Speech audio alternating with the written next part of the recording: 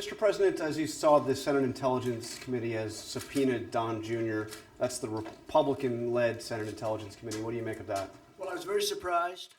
I saw Richard Burr saying there was no collusion 2 or 3 weeks ago. He went outside and somebody asked him, no, there's no collusion. We found no collusion. But I was very surprised to see my son. My son's a very good person, works very hard. The last thing he needs is Washington, D.C. He could rather not ever be involved. Remember, he said to me a long time ago when I was thinking about running, Dad, if I can help, let me know. It's not my expertise. It's not something I really like, but whatever I can do, you're my father, whatever I can do. He's now testified for 20 hours or something, a massive amount of time. The Mueller report came out. That's the Bible. The Mueller report came out, and they said he did nothing wrong. The only thing is, it's Oppo research. If he did wrong, then everybody standing with me probably, except for John and Lamar. I think Lamar is pretty, I'll tell you. Did you ever do Oppo research on an opponent? I don't think so, Lamar, right? And I know John Barrasso never did opposition research because he's a fine, fine man. But I would say 99% of the rest of the folks.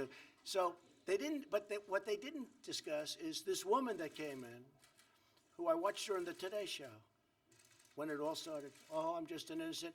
Well, nobody even knows, although the halls of Congress know her very well, because for years she's walked around all over Congress. She came in, and she left, supposedly, GPS Fusion, goes and meets for a short period of time with my son and some other people. They talked about a subject as very well, you know, advertised and put out, which is nothing. It was a nothing meeting. In fact, Jared left. He said, get me out of this meeting. This is a waste of time. She then went back to GPS Fusion. They were the ones that wrote the phony dossier. Why was she going to GPS Fusion? Why did she go back? Then I heard that Don, for a year, made 3 phone calls with an unmarked number. They called it unmarked. And this was a tremendous event because they all knew the fake news. They all know, you were fair on that, John. But they all knew that these phone calls, these tremendous phone calls, before the meeting and after the meeting, there were, I believe, 3, right? They all knew that it had to be to his father. Unmarked, it's perfect. So he reported about the meeting and then reported what happened at the meeting. Except after looking and spending a tremendous amount of time and money, they were able to go back years and find out who made the calls. One was a local real estate developer. The other was a great person from NASCAR. He took 2 of them, and a friend of Don's.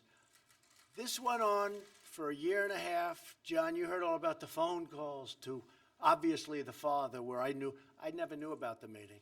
But the phone calls to the father turned out not to be the phone calls. My son is a good person. My son testified for hours and hours.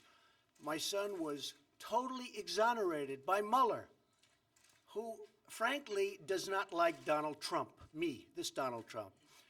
And frankly, for my son, after being exonerated, to now get a subpoena to go again and speak again after close to 20 hours of telling everybody that would listen about a nothing meeting, yeah, I'm pretty surprised. Fight that? Should he fight that subpoena? Well, we'll see what happens. I'm just very surprised. I really am by it, yeah.